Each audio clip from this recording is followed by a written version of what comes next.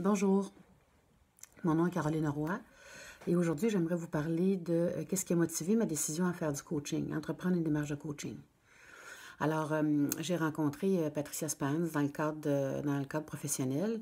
On est tous les deux travailleurs autonomes, donc c'est comme ça qu'on s'est connus. Et quand j'ai su qu'elle faisait du coaching, c'est une approche qui m'intéressait déjà un peu d'emblée. Alors, je lui ai demandé de faire une démarche avec moi parce que, bon, j'avais des freins, surtout au niveau professionnel, au niveau de ma santé, des choses que j'avais de la difficulté à surmonter.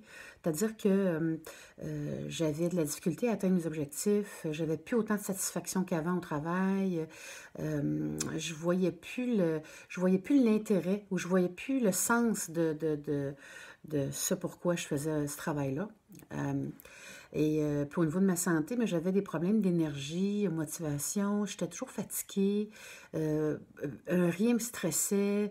Puis mon niveau de bonheur, bien évidemment, était relativement altéré à cause de ça. Alors Patricia m'a proposé d'entreprendre une démarche de coaching avec elle. Et par le biais d'échanges, d'ateliers guidés et puis de méditation guidée aussi, on a commencé à travailler sur, en fait, les conflits intérieurs. Donc, qu'est-ce qui à l'intérieur de moi m'empêche d'atteindre mes objectifs et d'aller là où je veux aller?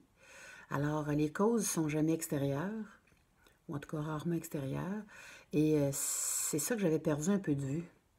Alors, on a travaillé là-dessus ensemble pendant plusieurs semaines.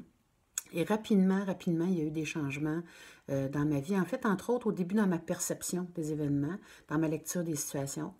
Et à mon grand bonheur, à mon grand étonnement, parce qu'évidemment, quand on comprend mieux, c'est moins frustrant, puis on a plus de pouvoir sur la situation.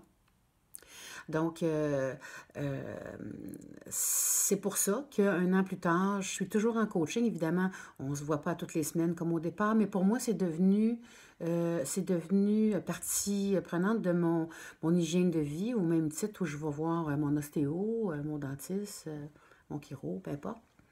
Donc, ça fait partie de ma vie, de mon développement, puis ça me fait énormément de bien. Un an plus tard, si je regarde au niveau des résultats, au niveau professionnel, bien, clairement, j'ai des mandats qui me plaisent beaucoup plus. Les situations, les défis qui sont placés devant moi me semblent plus abordables, c'est-à-dire que j'ai envie, en fait, de les relever et je me sens équipée pour les relever. Les résultats sont toujours gagnants. Puis évidemment, bien, ma satisfaction, puis mon niveau de bonheur est hautement augmenté. Au niveau de ma santé, l'énergie est revenue, le stress diminue. Et étonnamment, c'est une démarche, le coaching, qui ne fait pas appel à l'effort, à la contrainte. On a appris, en tout cas moi j'ai appris plus jeune que si je voulais quelque chose, il fallait que je fasse des efforts, il fallait que je me prive, ou il fallait que j'ai des contraintes ou que je peine pour gagner mon ciel ou gagner mon pain.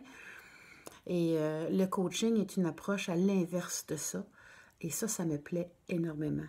Donc, d'où l'augmentation du niveau de bonheur et de joie dans ma vie, ce qui est essentiel à mon équilibre.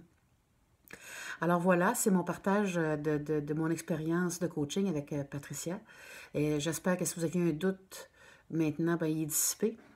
Et ben, j'espère que pour vous, ce sera tout aussi bienfaisant que ça l'a été pour moi. Merci. Au revoir.